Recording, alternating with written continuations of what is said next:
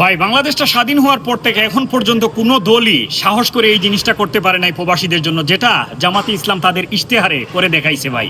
সেটা হচ্ছে, যদি কোনো প্রবাসী মৃত্যুবরণ করে রাষ্ট্রীয় খরচে তার লাশটা দেশে যাবে। চিন্তা করেন, আমরা প্রবাসীরা বুঝতে পারি এখানে যদি কোনো মানুষ মৃত্যুবরণ করে ভাই, তাহলে তার লাশটা দেশে নেওয়ার জন্য মানুষের কাছ থেকে চাঁদা তুলে তুলে লাশটা দেশে পাঠাইতে হয়। যাদের টাকার বন্দোবস্ত না হওয়ার আগ পর্যন্ত প্রত্যেকটা প্রবাসীর লাশ হিমাগরে পড়ে থাকে।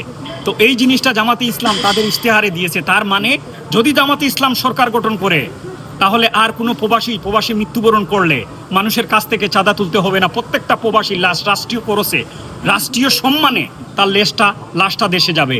এটার জন্য জামাতে ইসলামকে একটা সেলিউট দেওয়া যায়, ধন্যবাদ দেওয়া যায়।